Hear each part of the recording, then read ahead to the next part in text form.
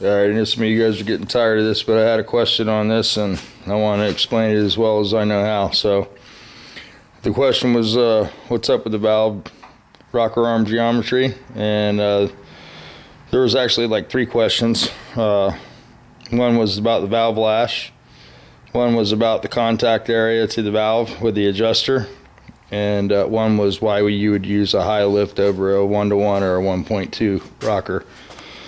So what we have here is a 1-to-1 rocker.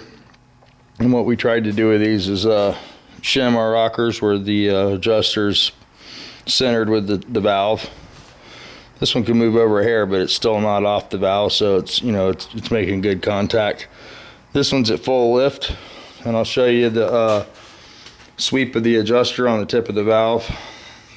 It's really good on this motor. That's full lift there. So we'll come back. That's about half lift there. And what we're talking about when we look at the geometry is in the relationship to the adjuster to the push rod. You want it to be flat. And if it's not flat, usually what happens is this adjuster here is out further, and the way you alleviate that is putting the shim underneath the rocker, and it moves the rocker away from the head. You have to extend the length of the push rod and that would correct the geometry if it was off. We don't have that situation here. A C35 is pretty bulletproof, you know, unless you've got a lot of machine work on the case or the heads. But we'll go ahead and close this valve. And you can see the adjuster never loses contact with the tip of the valve. You know, we're right on top of it, and the whole sweep, it stays right in the center of the valve tip, and that's what you're looking for.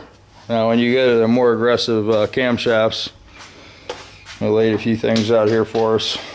Now this is the rocker we're using. This is a standard Volkswagen rocker with a solid rocker shaft kit. And you can see the adjuster at the top, and you can see the cup at the bottom. On most high lift rockers, what they do is they put a big pad at the top, so you have more of a sweep area for the higher lift cams, and it can stay in contact.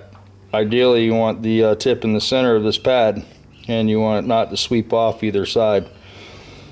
You can see these have been wearing sort of in the center.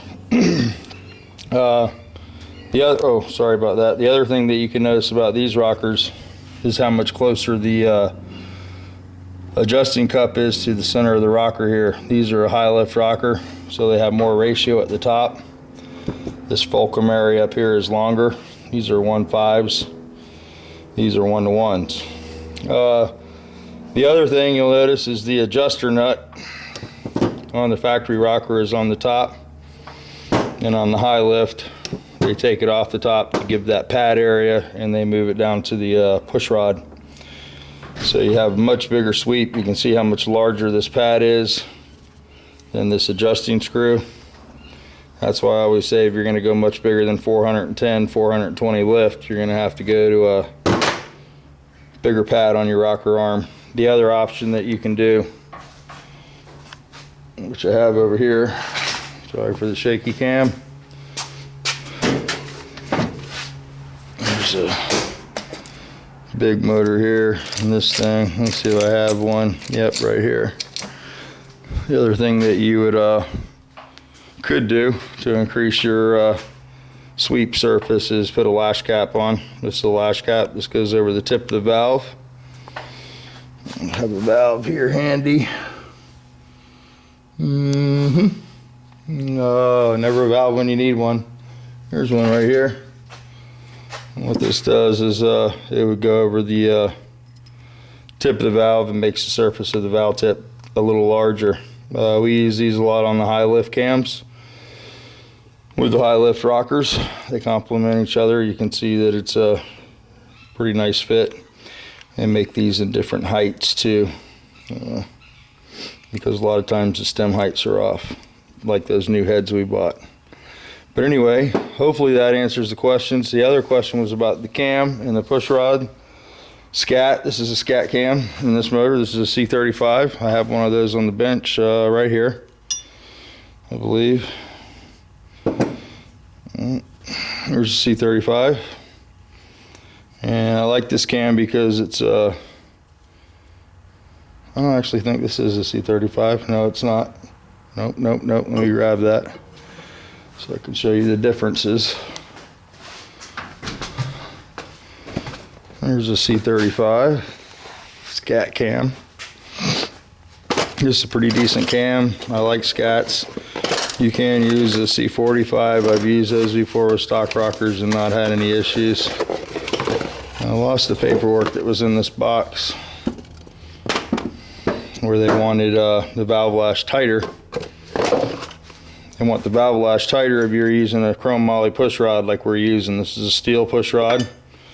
This is the factory aluminum piece. The aluminum one's not a really good idea to run if you increase the spring pressure because you get deflection with these.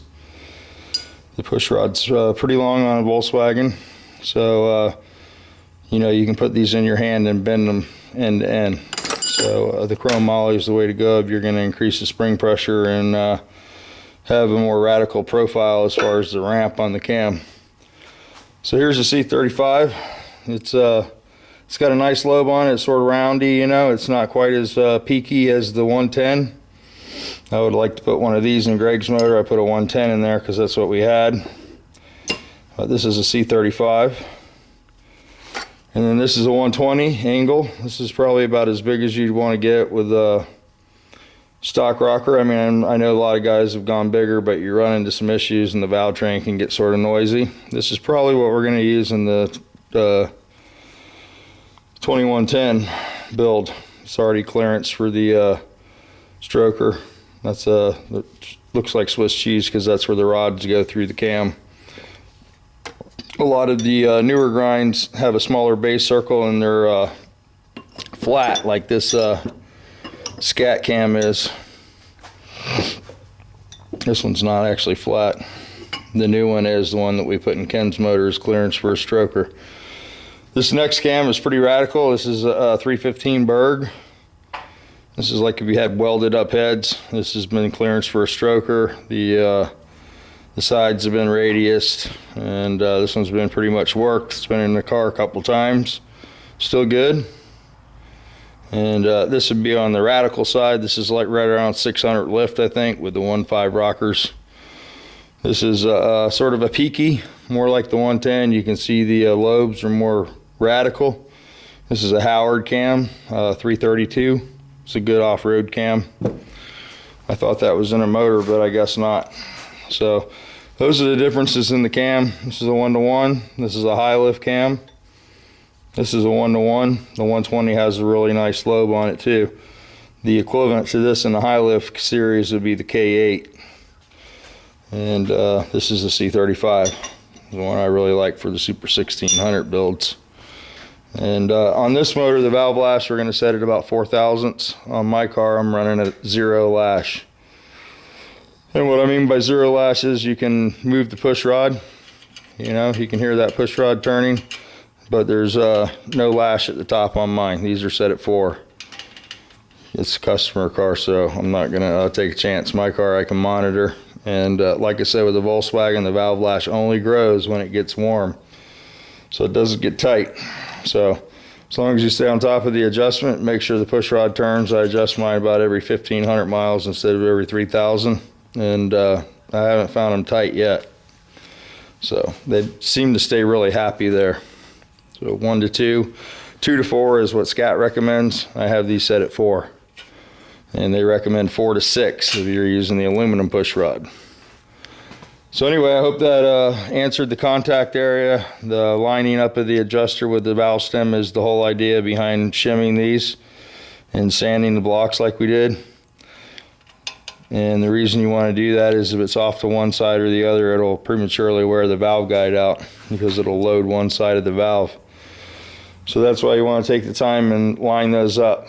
So that's where we're at with that. Hopefully that answered some questions, and you guys aren't getting too bored with this stuff. So that's where we're at. My Berg rockers seem to be in need of some Earl. This is a Berg rocker. This is a Berg high lift. These are around $700 used if you can find them, and they're around 1,000 to 900 to 1,000 new, if you can find them new. There's still some out there. So I have 2 sets of these, 1 set on the car and the spare set, just in case something happens. So those are probably not going to find their way on the 2110 because most people don't want to pay $1,000 extra for rocker arms. You know, Scat makes a high lift copy of this for like $260, I think, $270, and I know Bug Pack makes some rockers also. The other thing I want to show you that didn't come out really good in that video is the Shem Kit. If you're wanting to do the shim the rocker pad, you use these shim here, rocker stand shims, and they come in 15, 30, and 60. And then these adjusters are the ones that we didn't have really good luck with, so I don't really recommend that type. I think we didn't use the cup type. These are for the high lift type. We use these Cortina type swivel adjusters, and it wasn't over tightened. The metal structure, the grain in the metal looked terrible. It looked like an ice chest when it broke, so it was real grainy and didn't look very good quality at all. So I haven't had any good luck with those. The old ones are fine, or if you buy the ones for a 911 Porsche, you'll be good to go. And yeah, so here's the high lift rockers that Bug Pack offers. So you can see there's a couple different varieties: high performance rocker shafts, super shafts, and I don't really know the difference between those. One might be a hardened shaft, one might be a regular shaft. I don't do a lot of shaft rockers. Normally, you know, I go to the high lifts. That's the preferred way to go. And here's where you'd find your push rods, cut the length if you added spacer to the motor, or if you needed to correct your rocker arm geometry with a longer push rod. So I hope that answers all the questions that you guys had on that. And like I said, I think that's about it on this one. I gotta do the carburetors, get the exhaust, and put the sheet metal on, and this one will be ready to go. So I got a tranny that came in, so I don't like that kind, but I'm working on it out there. I'm not even going to show it to you guys because it's a nasty car. So yeah, I got that pulled apart. Well, I got the rear end pulled apart, and I'm soaking the gearbox in the parts cleaner before I put it in the stand. But it was supposed to be aftermarket diff in it, and it was a Beefa diff. I'll show you what that looks like. I don't think Easy Jeezy showed you that. It's a step down from a diff. You can add 2 more spider gears. It gives it 4 spider gears. It's like a little poor man posse kit. But we'll probably take that out and put a super diff in there, like the one Easy Jeezy showed. And this guy wants to convert this over to IRS, so I'll take a look at that and see if I can do that for him. And it's a swing axle now, so we'll see what the gearbox looks like inside. It's been sitting around for a while, so we don't know if it has water. The rear end looked good, and yeah, we'll get that all apart and I'll get it laid out, clean this bench up, and I'll show you that. So that's why I got to get this motor done now. So anyway, that's what's going on here today. Not a whole lot. Got the old Beetle Weedle there. Oh man, I don't know what I'm gonna do with this. I gotta try to get this jacked up today somehow. But yeah, so I'm watching the girls. They're all sick today. Playing Mr. Mom, inside, outside, inside, outside, and that kind of stuff. Anyway, let me go ahead and shut this off. If you got any more questions, put them down, comments, whatever. I'll try to answer them for you. I couldn't quite answer that in the video. I wanted to show that, run it through the sweep, and show you what you're sort of looking for. You know, that's we're looking for the adjuster to stay in contact with the tip of the valve, nice and flat, and not roll off of either side or up or down. So there you go. That's how it works. That's what it's all about. And let me clean this mess up and we'll talk to you guys later.